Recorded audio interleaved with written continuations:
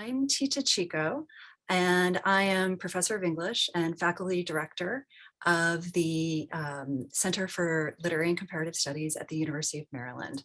I'm going to give a short opening, and we will spend this hour together. Welcome. This is part of our series for 2021 to 2022 that we're calling Antiracism, Communities and Collaborations. Building on our series from 2020-2021, last year, Antiracism, Research, Teaching, Public Engagement, which we're very proud. We have an archive of 19 videos and a robust symposium published in the Los Angeles Review of Books this summer. This year, our series is an occasion for us to bring our collective work from this past year with us as we all return to campus in the various ways that this takes place. Following the lead of the Mellon Foundation's new emphasis on building just communities, Antiracism, Communities and Collaborations features scholarship, teaching, and public engagement to reimagine boundaries, to model anti-racist literary and rhetorical inquiry, and to foster collaborative relations across and beyond campus.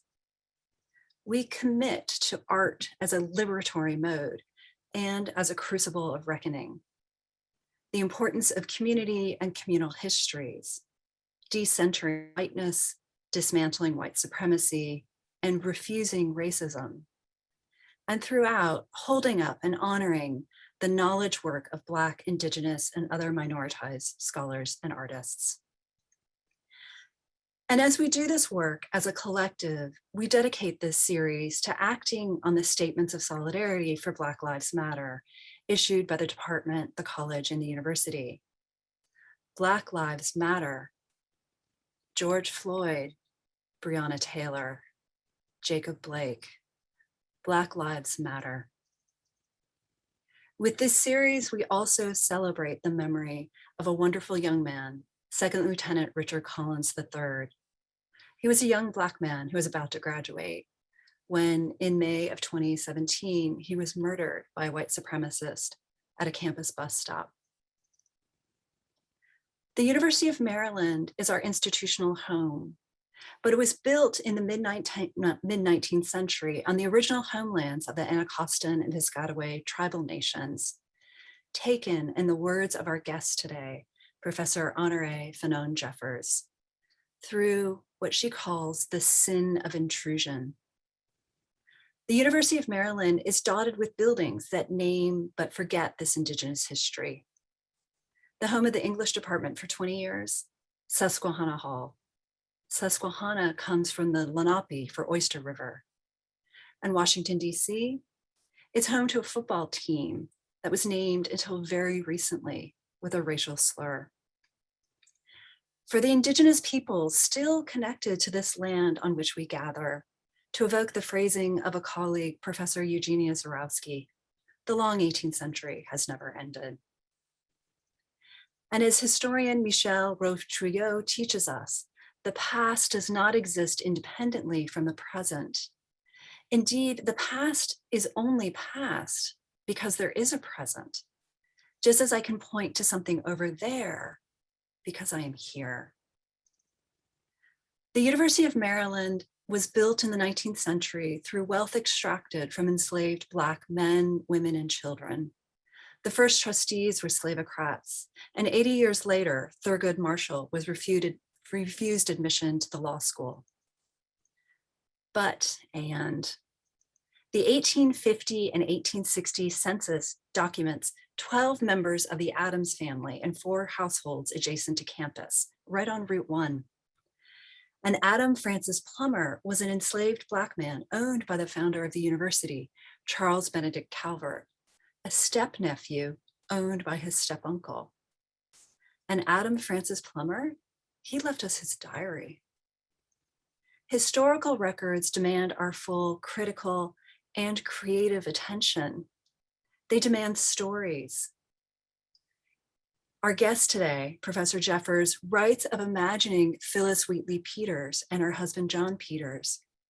Because they were real to me, she writes. I wondered what their moments together might have been. So the 12 members of the Adams family living next to campus, Adam Francis Plummer, the step-nephew of the university's founder, what were their interior lives?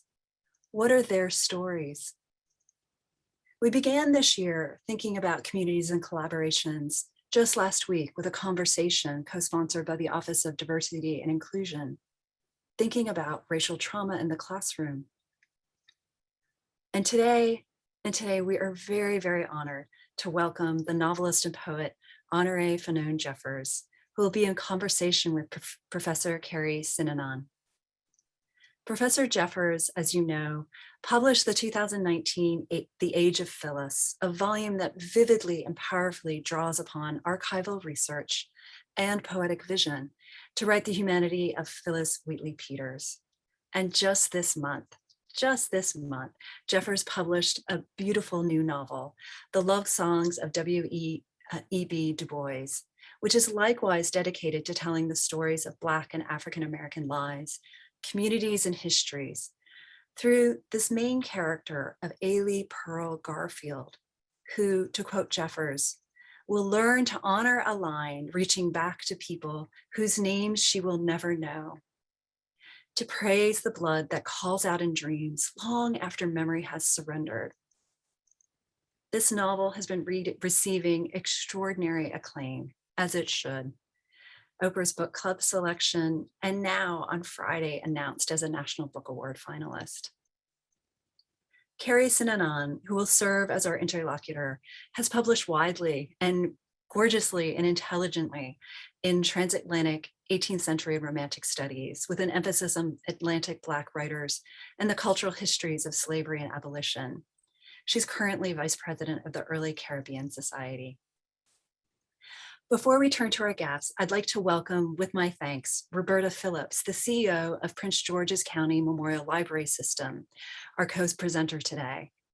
And before I hand it off to Roberta, I want to offer a very special thanks to Nick Brown, Rachel Ziolkowski, Isaiah West, and Maria Vivar Guzman, who's a University of Maryland alum, and through whom this spark all began.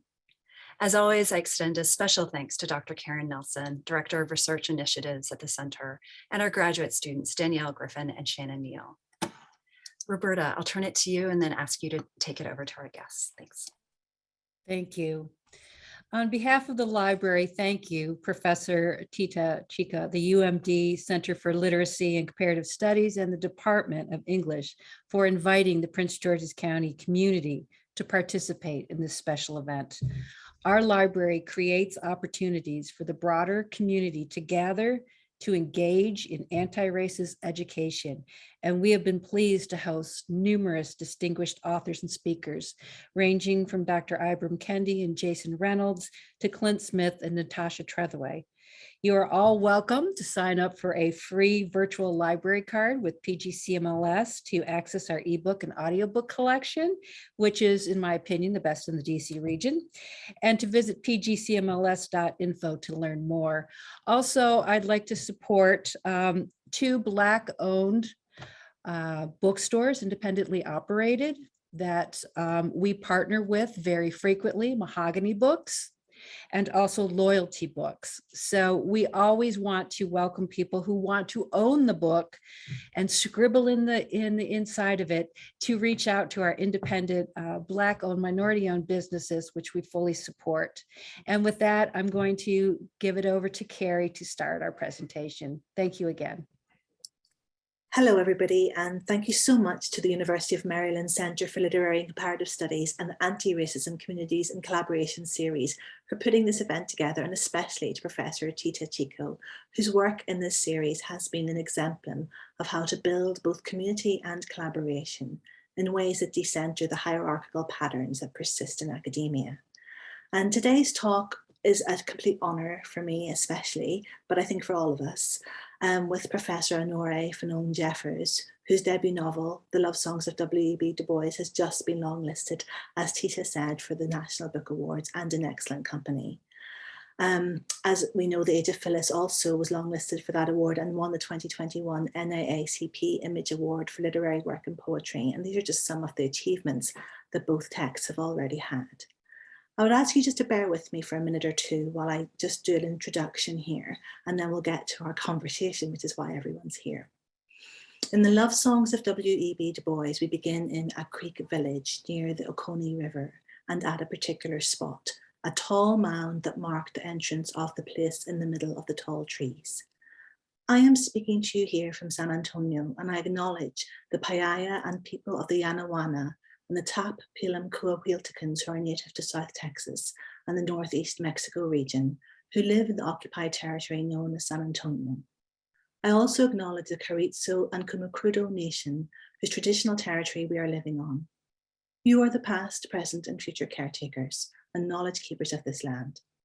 I acknowledge the Lipan Apache, Tonkawa, Kickapoo, Comanche, and other native nations who were displaced from their territories and who continue to maintain their traditional ways elsewhere. I honor your resistance and all that you do to care for our planet. I would ask each person here today after this talk to connect to your local Indigenous run resources and offer something in terms of active support and reparation in whatever ways you can as an active outcome of this acknowledgement. And I want to thank my colleague, Professor Liliana Saldana, for writing this acknowledgement and for sharing it with me.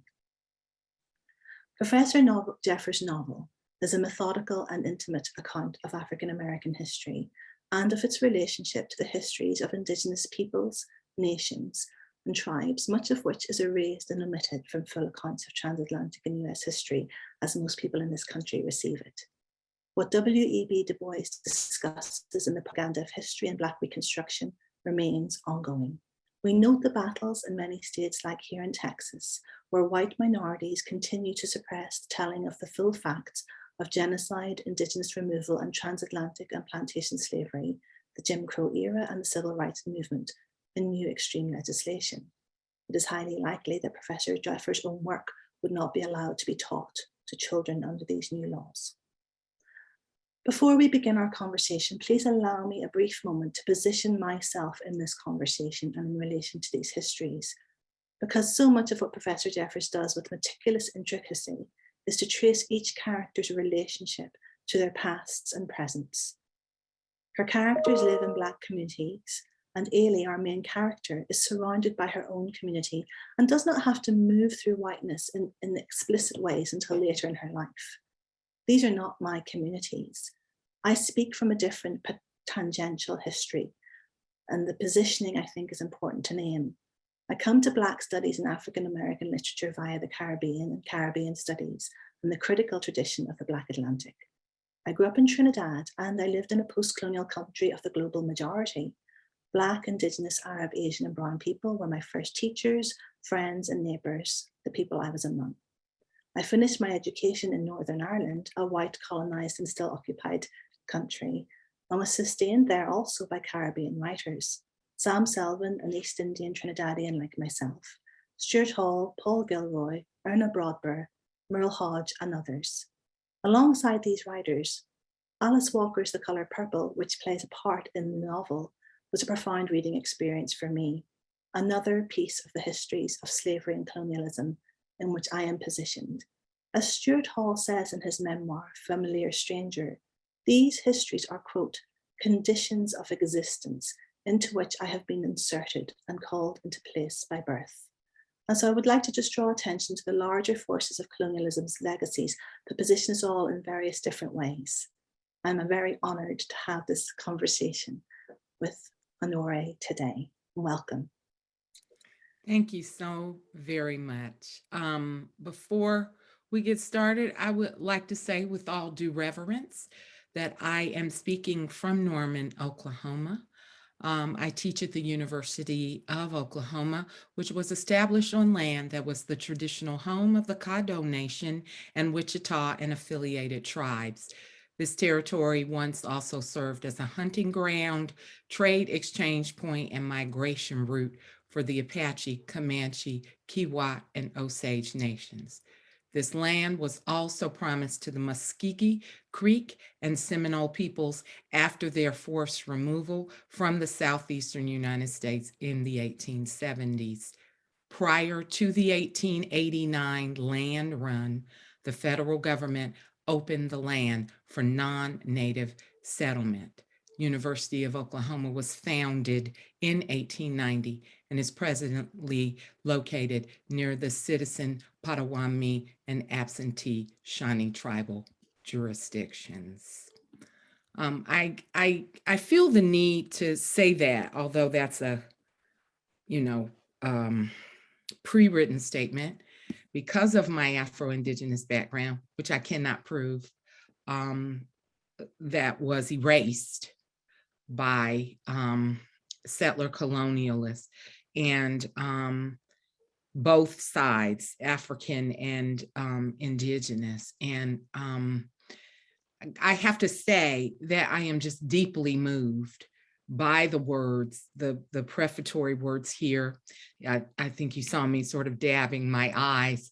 I'm just deeply moved and deeply grateful for the work done here. So. Well, thank you so much. And let's get started on our conversation then. Okay. Get on to the wonderful books that you've written. In both books, in The Age of Phillis and the Love Songs I have here. I see you have tabs. I have tabs. I have multiple tabs and pencils. That is so exciting. Whenever I see people with tabs, I too am. I'm a tab. Tabs, yes. Yes. Well, you know, in both the books, your own deep archival research has been central to your literary creations in different genres. You refound Phillis Wheatley Peters for us all.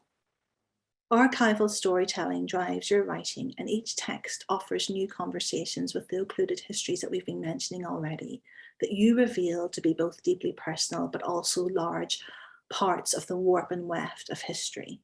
The transatlantic slave trade, the first stages of settler colonialism, also though we return across the ocean to Africa in each text, the aftermaths of slavery and on into the 20th century up to the present day. You end the novel with the possibility of Barack Obama on the horizon. I promise, by the way, we've already agreed in a chat we had before that we won't do too many spoilers. Okay. Because I know people are really reading here. But in the Love Songs, Uncle Root is a professor. Dr. Oludara is a historian working through the archives of plantations, which are also the archives I work in. The Age of Phillis interweaves the poems with detailed historical events. Both books are a reworking and re-representation of African-American history and a rewriting of white supremacist history from a Black perspective. So I want to think about Ashley Farmer's essay from 2018 when she talks about being Black in the archives. And I know you've had this experience yourself and you've talked about it before. And she talks about how the Black researcher can often remain the only non-white person in an archival space, and urges us to think about, quote, as waves of anti-bias conversations sweep the nation in the wake of wild Black incidents, it's important to interrogate how this can shape academia, and in particular spaces of research such as the archive. All of this takes place in an academy where Black women professors are still only 2% of that body. I know your own mother was a teacher and a professor. So please, can you talk to us about your archival research and about being Black in the archives? Well, I think that when I've always been in the archives, you know, even before I was formally in the archives, my mother was a graduate student at Atlanta University, where the great W.E.B. Du Bois taught twice and established their social work program. And my mother was in the archives. And so, you know, during that time, you had to, you know, copy things, right? You know, nothing was online, of course. This is in the early 80s. And I just remember her speaking to me about things that she had found. Then when I went to graduate school just for 1 year at University of North Carolina, Chapel Hill, that was the first time I encountered the Southern Historical Collection. And I still have copies of letters written by enslaved African Americans that they were not aware were in the portfolios, because the portfolios, some of these portfolios had never been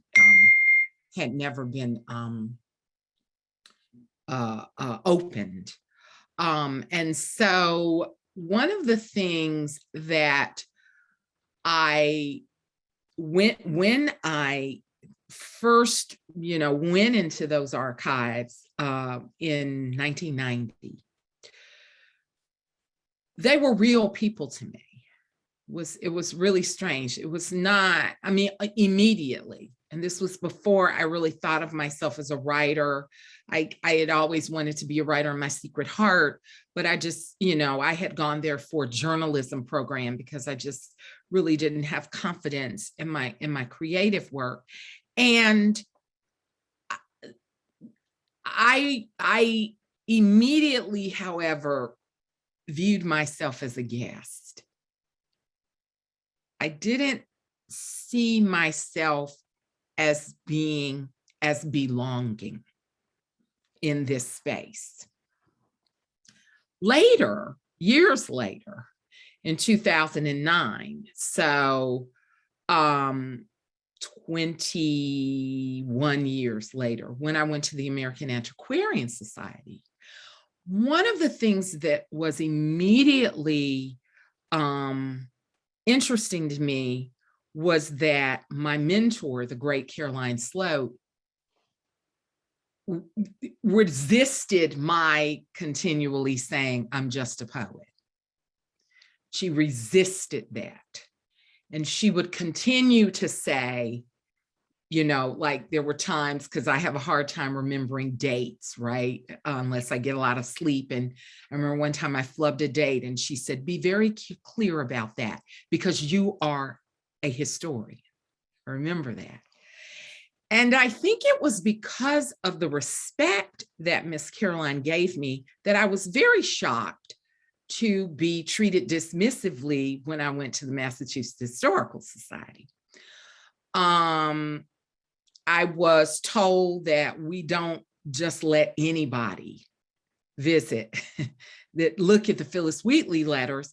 And then later, I'm someone, because I am a poet and I didn't make my career and a novelist now in academic history, people need to be really careful about what they say because I will repeat them because I'm not scared. And I remember I was in a virtual presentation last semester, and someone who shall remain nameless from the Massachusetts Historical Society, when I talked about this very psychically violent experience that I had, where I went with my badge, with my fellows badge, with the names and phone numbers of people who could speak for me, because I am a Southern Black person. So you always, when you're Southern and Black, have to have somebody to speak for you, okay? And I was told, no, you can't see these letters. And then I asked, how many Black people have you allowed to see these Phillis Wheatley letters in person? I have the email that was written by someone at the Massachusetts Historical Society who told me, who was not there that day, you were mistaken. You must be mistaken. This is not how this happened. They didn't say it like that, you were mistaken, but they said, this is why we didn't let you see the letters. Instead of, we are sorry this happened, okay? So when you ask me, Sister Kerry, how I feel about, what has been my experience has always been that as a Black person, I have been ruptured from my own history. My history is viewed as the purview of white people who tell me what's important about my history, even progressive white people. And so that's a shame. And I do think that it's going to change, but I think the only way it's going to change is to, and I am really old fashioned. I don't believe in calling people out, but I do think that I'm a full professor. I mean, first of all, when you go into the archives, you've got to lock up, you know what I'm saying? You got to lock up your purse. Where was I going to go with the letters? I had my car keys, I had my purse in it. What was I gonna do? Stuff them down my bra? How was I gonna get out of, how was I gonna get home? How was I gonna pay for the train? It was deeply troubling. It was deeply troubling. And but as many Black people have experienced, we think, oh, this just happened to me. It must have been something wrong with me. And then when I read this essay by Ashley Farmer, I said, oh my goodness, this had nothing to do with my being just a poet. This had nothing to do with, I wasn't dressed a particular way. This is happening, all over the place. So. Well, Yeah. Thank you so much. I think, academia has a lot of lessons to learn about who Yes. owns access to archives, to histories, and your work is just going to be so important in that reclamation process. And I'd wonder if you're willing. I can't believe when people say these sort of things. It's not a humble brag. It's really extraordinary to me, It's true. It's very okay. Well, I think you'll be hearing. I'm gonna try to accept that. That's hard for me. No, it's absolutely true, and I wonder if you are willing to share this with us, because this is.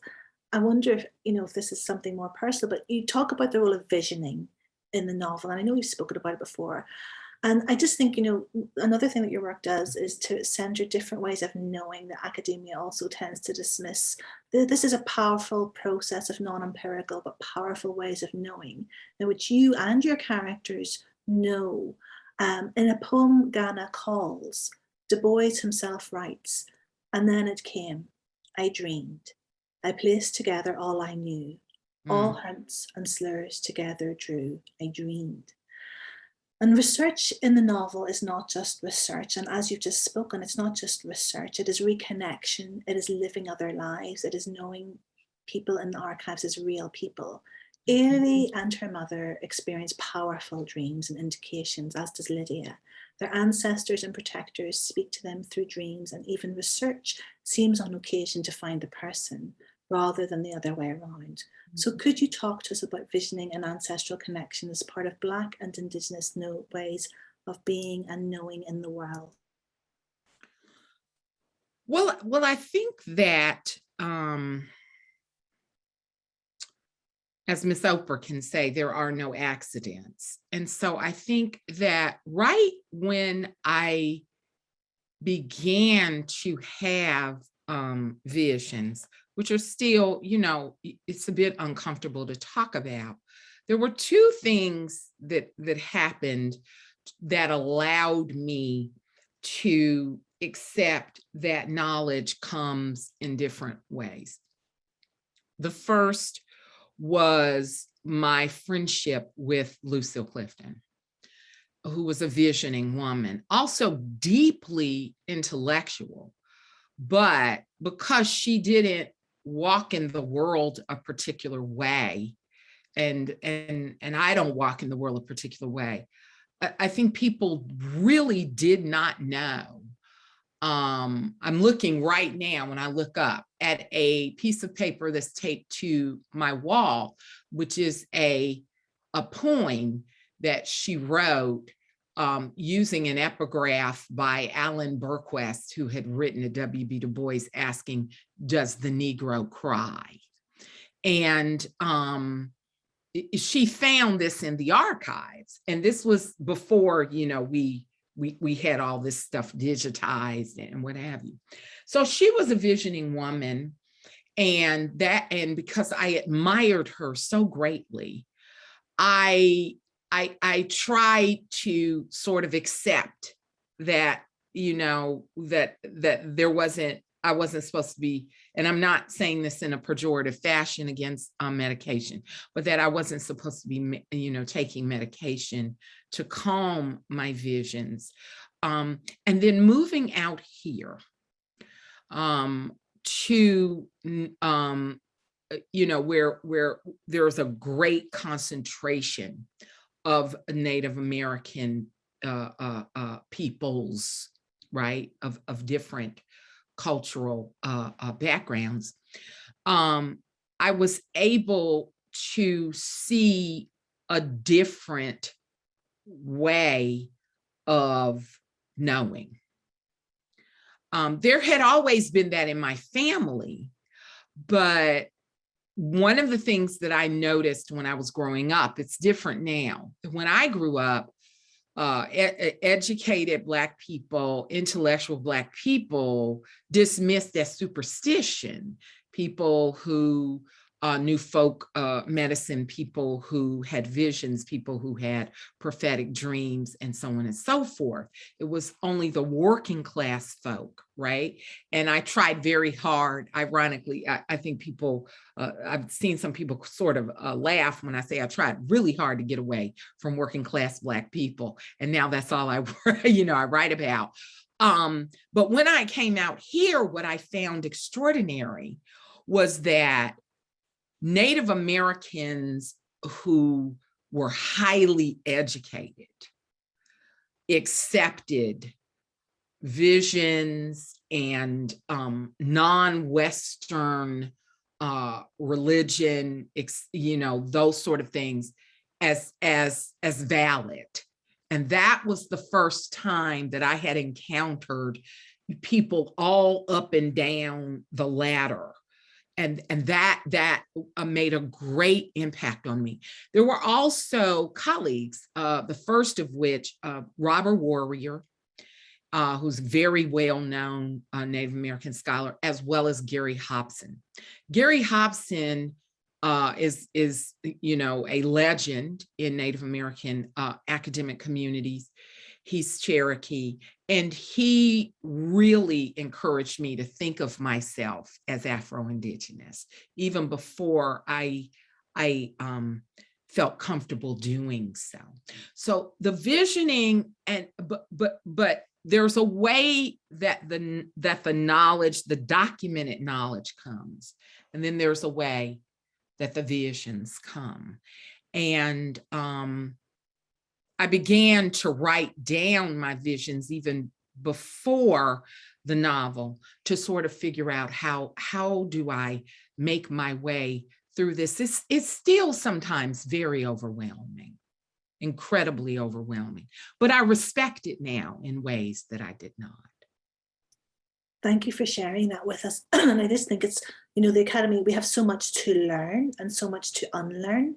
And to start really paying due respect. It always strikes me as a great irony, as somebody who works in the long 18th century, to see the kudos that's given to somebody like William Blake for his visioning, and yet that's denied to Black and Indigenous writers and dismissed. So and when we, for example, look at medieval, and Renaissance, right? But that's also through a Christian lens.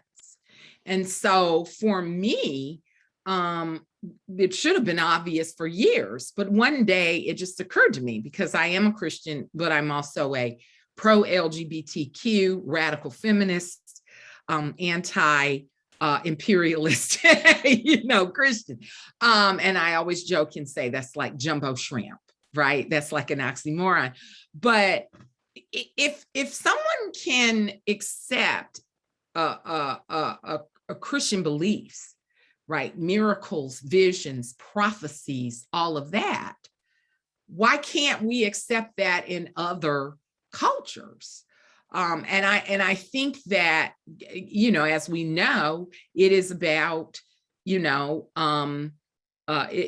about, imperialism is not just about your stuff, right? Taking, as in Psyche Shange said, somebody almost walked off with all of my stuff, right? It's not just about your stuff and your land. It's also about your mind, right? Because that is your self-esteem. And your self-esteem is how you resist, conquering. If you can keep your mind free, no matter what is happening, horrible things that are happening in your world, then you continue to be free, right? If you can name the things that have happened, then you are free, no matter what oppression is occurring. And that is precisely why when you think about that, I think there was an article that just came out. Gosh, I wish I could remember. There's so much that comes online, but a woman wrote an op-ed piece. I think it was in the Washington Post, and she talked about the boarding schools that Native Americans were forced into, that this was about land theft. And she began to work her way through it. It just came out. It's extraordinary because I'm like, of course, right? Of course. You move people into these children into these boarding schools, and then you erase their ability to remember, you erase their language, you erase all of that, and then you begin to take their land. But I think that it is a very difficult thing. It was a very difficult thing for me to come to that realization, because that is deeply troubling. You can lie to yourself and say, well, you know, Europeans just kind of backed into all of this ugliness, right? But when you begin to see the effect on cultures, that's when you begin to understand that this is not an accident. And now we see it happening anew with the attack on critical race theory, which critical race theory is not even biased. It's just looking at the law. Right? This is what the law says. This is not like, nobody is interpreting this. I mean, they say mean things all in the laws, you know, but if you erase people's memory, and that's why it was very important for me to end that first song, right? The blood that cries out, you know, something like that, long after memory has surrendered. Memory is very important, even if it's difficult. And that's what I try to tell young folks when they say, I'm tired of hearing about slavery and all of that. But I'm like, if you don't remember this in 5 years, 10 years, they will have erased all of this. You can best believe this. We see what happened with January the 6th. They're like, well, they were just nice. They were just coming in. And you're like, I saw this. I saw this with my own eyes. Why are you lying to me? And they're like, we don't know what you're talking about. Blah, blah, blah, blah, blah. And if someone does not insist on that memory, it's gone. That's why there have to be people like me who can take the pain, who can take it. And it's hard. And you have to do things like, you know, right now I'm off all animal products. Right? Because there are things that you have to do to be able to deal with all of this stuff that goes on, right? You have to be in constant meditation, for me, prayer, you know, different things like that, because we are vessels, and I'm not the only person doing this work. For example, I see Sister Caritha Mitchell in the chat. She does incredibly important work on lynching history. All of us, we do this, we're vessels. Thank you so much for sharing all of that with us. And I think, you know, you both books center so much of what is, you know, they're trying to erase, and at the heart of this is really Black mothers and Black women. And I'm just going to read the opening words here. We are the earth, the land, the tongue that speaks and trips on the names of the dead as it dares to tell these stories of a woman's line. And you center matriarchy and women. So both books begin with Black mothers. We return to Gambia, to Phyllis's childhood with her Wolof names for her family, Gune, Bay, with Ye. I know you've had access to Wolof culture in your own life. And in the love songs, we begin, not at the very beginning, but she's in the opening. Asatu is the mother in the section.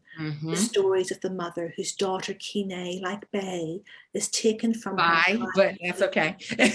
Thank you. That's okay. That's okay. For us to learn how to pronounce it properly. Thank you. You take us to that moment of theft and of the wresting of a child from an African mother in each book, and you emphasize a matrilinear ancestry and order throughout the narratives and in the family trees. In Song 6, you quote Du Bois on free womanhood and on Black women's right to knowledge. So we've talked about how for you, Black women and women of colour and Indigenous women, before this we had a chat and we talked a little bit about how they have a queer status for you that is about their outsideness to white patriarchy and is about their sort of... I'm so glad you caught that. I've been thinking about it a lot. So glad you caught that. Well, you know, your words give me a lot to think about. And I was thinking about that's a form of exclusion, but it's also a site of extrinsic power that remains outside. So this is my question. Can you tell us more? You have to stay in touch, Sister Kerry. I really want, yes, I'm parsing through these notions in my essays now. Going ahead, I'm sorry. Okay. Oh, no, it's wonderful. You know, this is, can you talk to us more about how you want your readers to think of Black womanhood, motherhood, and sources of being in community that are woman-centered and disruptive of white supremacy? I'm also thinking of Hortense Spiller's seminal essay, Mama's Baby, Papa's Maybe, where she names the site of the theft of the body in slavery and that forging of race and gender. So really about that outside queer status and what Black and Indigenous womanhood means for you and how you want us or your readers to learn. Well, one of the things is that, you know, so let me just say one thing. There have been people that have been like, we don't get Coco's story, right? And why don't we get Coco's story? Well, first of all, if God says saying Coco's coming in another book, okay? But this was my first novel, and I didn't really feel like I wanted to practice writing a Black lesbian story before I could get it right, okay? But I am very deeply interested in how, and see, this is one of the reasons I really need to talk it through and read it through, because I don't want to step on toes, but how a cisgender heterosexual Black woman is still queer, okay? Because we are not fitting within white patriarchy, right? And is that something that I am allowed to talk about or to claim? But I am very curious about this, right? And there's been some work done on women who cross the passage together. For example, when I write the letters of Oprah, Tanner, and Miss Phillis, they have a queer relationship, even though it's not sexual, okay? And this is the same thing when you see Ailey and these women that she's, you know, friends with in college, with her, you know, even though she is heterosexual and cisgender, her most, Nina Bruton says, so glad Coco is getting her own space, right? Ailey's closest relationships are with women, okay? But there's also something that I'm very interested in when we talk about Black women, the fact that we've never been allowed this sort of cult of domesticity space that middle class and upper middle class white women, because let's be very clear that working class white women have never been allowed that space either, okay? But we're not allowed that space. And we haven't been allowed that space since 1662, and part is sequitur ventrum. I'm curious, which comes first? party secretary of interim, or were Black women always like that? So that's something that I'm always really curious about. When we came across the water, was there a queering on that ship, or were we always queer? And I don't mean in terms of who we chose to sleep with, right? But in ways that we behave, And so it's amazing to me, because I thought nobody's going to get that. Nobody's going to get that, and nobody's going to get who, I'm not going to say who Little Man Joe is, but nobody's going to get who Little Man Joe is, right? And maybe one person out there can, is going to figure out who Little Man Joe is. But yes, I think it's incredibly important. And matrilineality is, you have that's one of the things when I started doing research that hit me like a clap of thunder, that you have matrilineal tribes in Africa, and then all 5 of the Southeastern Native American tribes are matrilineal. What does that mean, right?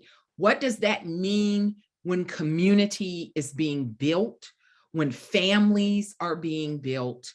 How, and there are always these moments where the women, the older women, are like deferring to men, but there's always, in Ailey's line, there's always this sort of wink, wink, nod, nod, because they never truly do. They're just sort of getting in line, on the surface, because they don't want any trouble. But in truth, like Miss Rose, talks about, giving Bale's mama, Bale's daddy, how much money a week or whatever, and says, he's got to buy his candy and his beers, and then if he can chase women out of whatever change is left, God bless him, right? I grew up with women like that. They would say, well, your auntie didn't give me but $10. That's all I got right now. Well, I can let you have $1 or $2, because the women always handled the money. But there is this thing, and Higginbotham, of course, talks about this, right? In when she coins politics of respectability, she talks about how Black women in the Baptist church were trying to frame their experiences like white women. So, because that was viewed as progress, but that's never been able to work in Black communities. Well, thank you so much. I mean, there's literally so much more to say, but I want to just pick up, I hope we have time for one more question, okay, on the idea of the communal. And I just want to, I can't see everybody here, but I know 2 of my mentors who I've been very grateful to are here, Professor Caretha Mitchell, and I think Professor Joycelyn Moody is here too. And Joycelyn Moody? I can't see her, but I believe she's here. Oh my goodness. And your work is produced out of the archives and creative writing, but you emphasize in the songs a lyrical, poetic, communal expression, a new literary form, as well as all of this sort of communal side of being. Throughout the novel, you give a special place to African American literature, especially to the place that The Colour Purple has for Lydia and Ailey, as a sort of forging of feminine bonds. And they read it to each other and clearly find ways to understand their world from it. I'd like to quote from an essay written by Professor Moody on Frances Smith Foster, in which she notes that Foster's enduring theme is tradition. And Joycelyn says, constantly Foster works to discern intertextuality, patterns and linkages in all manner of African-American writing. Now, I see lots of intertextuality with African-American literature in your novel. One example is with Toni Morrison's A Mercy, which also devastatingly shows us the patterns of settler colonialism and the treachery of white enslavers. So can you say something about the work of communal intertextuality in your process? I mean, Odell's biography was something you had to rewrite with weekly. So that idea of Odell's biography, which is trash, and hopefully now that Cornelia Dayton has written this monumental essay, we can retire the Odell biography. Keep on going. No, exactly. And so it's that work of bringing to the fore the stories, as we keep saying, that have been left out, that role of intertextuality, and of, there's a lovely metaphor in your book of patchwork quilts. And I think you said you don't quilt yourself, but the idea of my granny did, though. And keeping well-worn pieces of material and putting them into something new. And I wondered if that's a sort of metaphor for the kind of intertextuality that you practice. Well, one of the things that I make, yes, many gestures towards the African-American literary tradition, overtly, of course, with Du Bois, but then, I drop other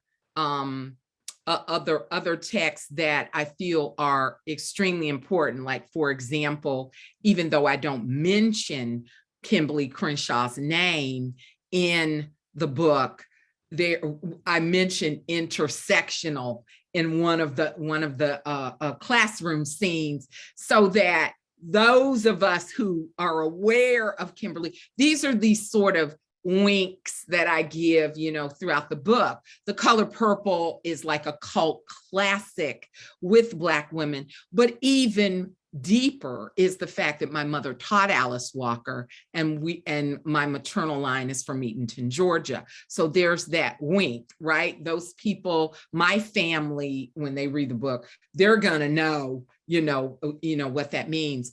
The other thing, though, in terms of, let me try to make this succinct because I know we're running out of time, is West African people tend to speak in proverbs, okay? So there is a natural, or I guess maybe natural is not the best word, but I'll use it just, there's a natural intertextuality culturally with West African peoples, okay? Where they will, you can't get through a half-hour conversation where they say, when the such and such happen, they're always referencing, right? One of my, when my ex-husband was courting me in Senegal, there is, it's my favorite proverb now, undan, moi jap chijolo nach. Step by step, you can catch the monkey in the tall grass. Right. So, and he wrote it down for me. Right. And so my mother would speak of her father's proverbs, right? Play with a puppy, he'll lick your face. A cow's gonna need his tail more than one fly time. And I was shocked to encounter a third proverb in Their Eyes Watching God. My mother always used to say, don't nothing go over a mule's back that don't buckle under his belly. I encountered, don't nothing go over the devil's back that don't buckle under his belly. So I think that intertextuality is very common in Black culture. And the extension of this for me is to gesture to Black cultural knowledge, to Black, there's a moment, and my editor, who is a genius, Erin Wicks, she's a genius and the world needs to know. And there was a moment in when Ailey's having an argument, no spoilers, with somebody, and he tries to interrupt her, and she says, wait a minute, let me finish. Okay. And my editor was like, well, let's clean this up. I said, no, that's Black women will do that. Wait a minute, let me finish, right? So there are all of these sort of cultural intertextual references. And then there are the highbrow and the quotidian, right? So it's very important, because even though I want everyone, to wrap this up, to read my novel, it must be clear that this is a novel that I am writing first and foremost. Candace Davis says, reclaiming my time. That's a brand new one that that Representative Maxine Waters uses, right? I want Black women to know this is their novel. And so those gestures are important so that I can ground this in case there is, I don't think anybody who reads Black literature would be like, oh yeah, this is not a Black novel. Yes, this is a very much Black novel, and it's written for Black women. So. And thanks for emphasizing the importance of the oral tradition in that intertextuality there, which That's is right. Thank you so much. Well, I will we hand our time back over to Candace, and I've got thank you so much, questions, I but this has been appreciate wonderful. Thank you so much. Thank you. I really do, and I really hope we can keep in touch. I really do. All right, I want to thank everyone. Thank you so much. Very, very, very much. And I want to very quickly just to say that I'm so honored. Professor Sinanan was going to run a teaching workshop drawing on how Professor Jeffers' work has brought to our attention the need to think more about periodicity and legacies of slavery. And that's going to be in 2 weeks. And here is the link for that. I am grateful for your time and your brilliance and your integrity and your vision in making this world a better place. Thank you very much. And we end this and we go into the ether, but thank you very much. Thank you.